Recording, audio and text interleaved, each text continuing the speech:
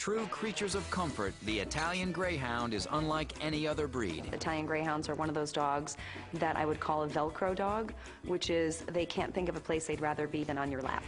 These lap dogs are very cat-like. They love sunbathing and are so intolerant of cold weather or rain that many owners litter box train them. They were basically bred to be companions, dogs that would snuggle up close to you and keep you warm. And as with many beautiful, elegant little dogs, they were primarily kept by royalty. Italian Greyhounds have graced the royal palaces of Charles I, Catherine the Great, Queen Anne, and Queen Victoria, just to name a few. Frederick II, the great king of Prussia, owned over 50 Italian Greyhounds and coined the phrase, "The more I see of man, the more I love my dogs."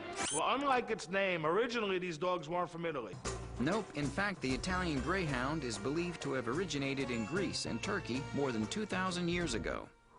By the Middle Ages, this pooch was distributed throughout southern Europe. Often a symbol of wealth, the Italian Greyhound appeared in many paintings throughout the Renaissance. They were a favorite of the Italian aristocrats, and basically, that's how they got the name Italian Greyhound. Weighing an average of 6 to 10 pounds, they're a miniaturized version of the Greyhound and are the result of selective breeding. They were bred down from Greyhounds, who obviously are very fast dogs, so Italian Greyhounds are very fast. While they can't beat a Greyhound who clocks in at 45 miles per hour, these little guys can run a whopping 25 miles an hour. That's 6 miles an hour faster than the average pooch. Although rarely used to its capacity, the Italian Greyhound has a deep chest, which gives him great endurance. This is a dog that has immense speed bursts and an immense ability to get out and be robust if it's running. The tail is long and slender and ends in a slight curve. They have very long tails, which when you see them run very quickly, they kind of use it as a rudder to keep their balance and to turn on a dime. In addition to their running skills, the Italian Greyhound also has acute sight and hearing ability. Also called flying ears or propeller ears, the Italian Greyhound has high-set ears with dropped tips when they are alert. And their dark, expressive eyes can melt the hardest of hearts. Looking into his eyes is more loyal, genuine, and sincere than any woman's eyes I've ever looked into. Todd is the drummer for the popular indie rock group Shellac. They have 4 albums under their belts, and in the past year they've toured 24 countries. Shellac members have helped the careers of Nirvana, Cheap Trick, Jimmy Page, and Robert Plant. Todd was one of the founding members. Drums are my passion. When I'm playing the drums, I am 100% occupied with that. Todd is equally passionate about his beloved Italian Greyhound, Uffizi, named after Italy's finest museum of art. He's very loyal, very genuine, and a completely spectacular creature, absolutely smashing. And though they may look like an unlikely pair, Todd says they're completely in tune. Uffizi and I are the absolute perfect couple. I feel like we're meant for each other. Excellent Italian Greyhound. His fellow bandmates agree. Todd and Uffizi have one of the closest animal-human relationships I think I've ever seen in my life. They're almost the same person. They're really skinny, really energetic, and totally fearless. Want a hot blanket? Todd says Uffizi has fulfilled his life in ways he never imagined. I was a very lonely, single gentleman. From the moment he and I became roommates, I have never experienced a lonely day as long as I've lived with Uffizi. Todd knew he had a deep connection with Uffizi, but he had no idea that the dog would soon unleash his own inner rock star. When I began drumming, Uffizi was very excited and invigorated by this, and he too decided that was playtime for him. Soon, it became their routine. I would bring Uffizi with me into the recording studio, and we would have an absolute free-for-all.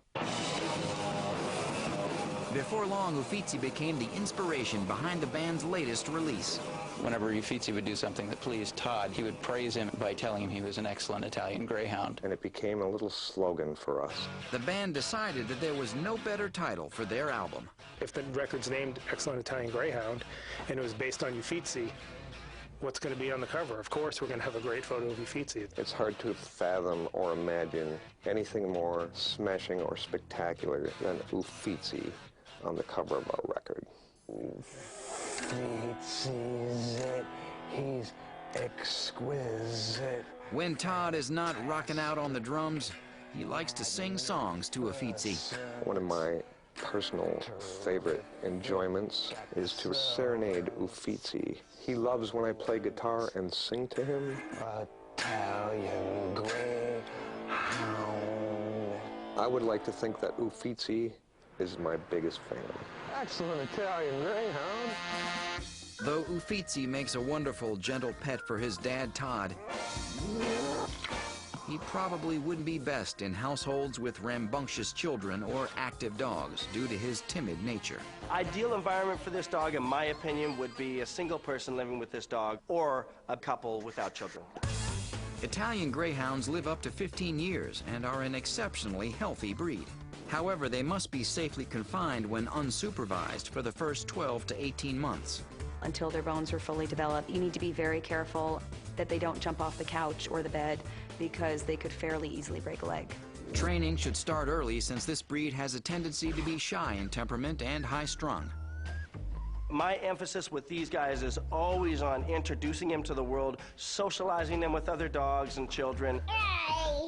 Italian Greyhounds can sometimes be hard to recall due to their strong prey drive, so they should always be on a leash in open areas. This is the dog, if he gets away from you and he bolts, you're not going to catch him.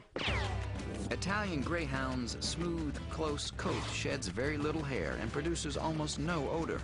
I don't think you could find a dog that's easier to groom than an Italian Greyhound. They're basically just wash and wear. But that short single coat also means they're a dog you need to keep warm in cold weather.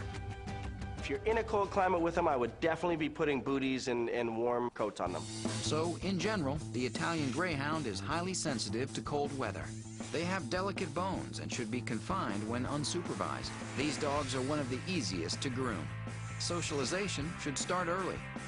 And they fare best in households without lively children. The Italian Greyhound is the most amazing, magnificent, spectacular creature I have ever laid my eyes on.